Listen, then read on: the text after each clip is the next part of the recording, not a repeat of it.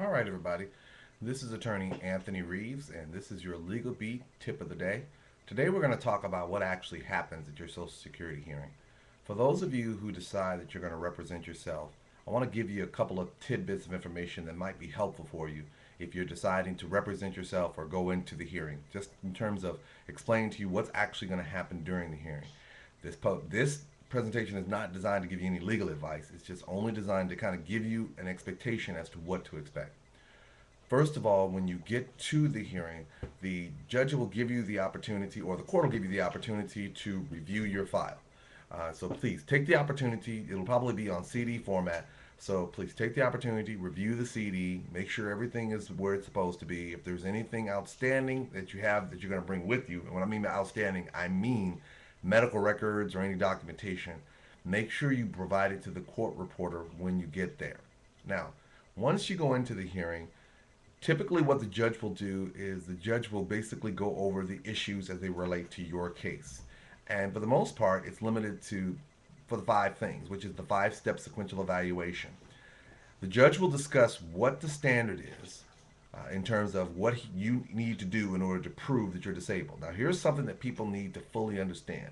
When you come to the hearing, you bear the burden of proving that you are disabled.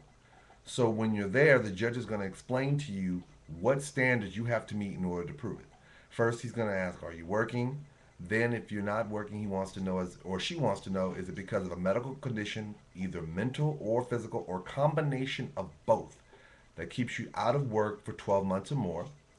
If it is, then he or she has to determine whether that condition is so severe that he could approve you or she could approve you based solely on that medical condition itself. That's what's called meeting the listings.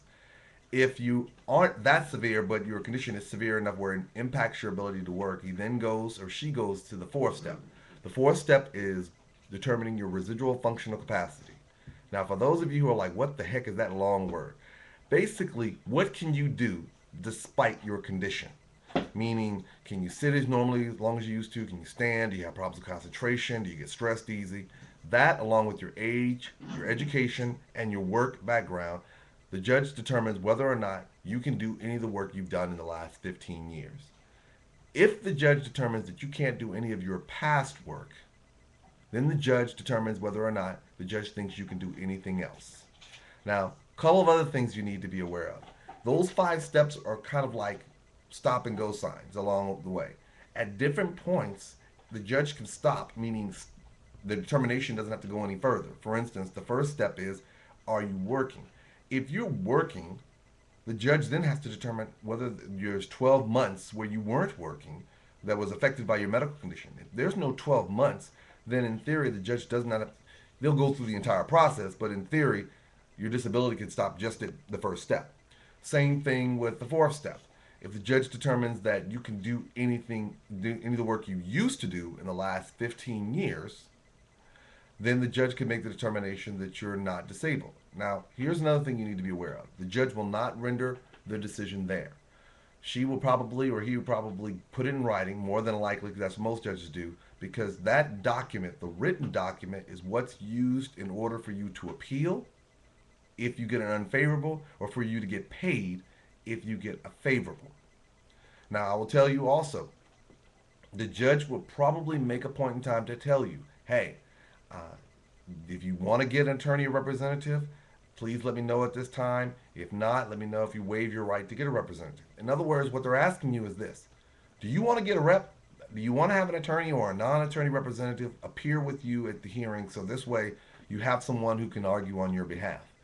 If you choose to go by yourself, they will tell you, they will ask you whether or not you will waive your right, which means I'm willing to go on my own. Also, keep in mind, there may be weird things that pop up in your case, meaning unemployment compensation. You may have worked. There may be drugs and alcohol issues, or what we call date last insured issues. All kind of things that pop up. Remember, the judge is not there to educate you about all aspects of the law in terms of how it relates to your case. What the judge is going to be focused on when looking at your case is whether or not you've done what you need to do to prove whether you're disabled. So keep that in mind. That's why it's also important that when you get there and you look to see that your medical records, in most courts, They're not responsible for getting updated medical records for you if you are at the hearing level. So if you filed a request for hearing back in January of 2009, and here it is October 2010, and you just get your hearing, and you're mad because the last medical records are from June of '09, well, that was the last time Social Security updated your file. From that point going forward, they're not responsible. That responsibility falls on you. So if you walk in there and you notice that you got like a year worth of medical records and you've been going to doctors like crazy, it's not Social Security's fault. You bear that responsibility of making sure that your file is updated. Now, there may be additional individuals in that hearing as well. Sometimes the judges call experts to provide expert testimony, and they'll explain to you what they're there for. A vocational expert is usually a person they call in to describe the kind of work you've done in the past and also to describe how a person's limitations could affect the ability to do work. Same thing with a medical expert. A medical expert is there to provide expert testimony about the substance of the medical records that have been provided. The hearing itself typically takes anywhere from about 30 to 45 minutes depending on the judge. Some judges are really quick, some take an extreme long amount of time. But on average about 30 to 45 minutes. When you walk out of that hearing, make sure that the court has an updated address for you so that this way they can get their decision to you in a timely manner. Now, here's another thing you need to be aware. Don't call blowing up the court's phone. They're not going to be able to tell you when a written decision is going to come out because it takes anywhere from 2 to 6 months. And that's an approximation. Every judge is a little quicker. Every judge is a little different. Some are quicker than others. So when they tell you, don't hang your hat when the judge says, oh, we can get it to you in 30, 60 days, and then be mad on the 65th day because you haven't gotten it. They operate on a wholly different timetable because you got to remember, they're dealing with a volume of people who have applied. So when you walk out of that hearing, two things you need to keep in mind.